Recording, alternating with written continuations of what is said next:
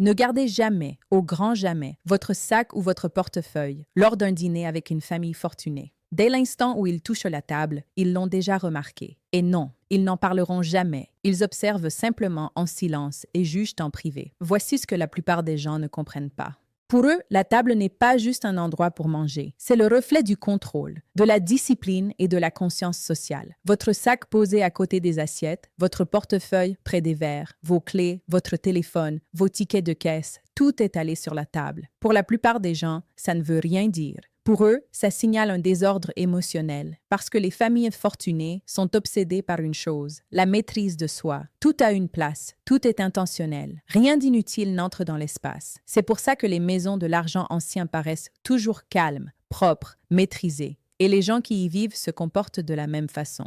La plupart des gens pensent que les familles fortunées jugent les autres sur l'argent. Ce n'est pas le cas.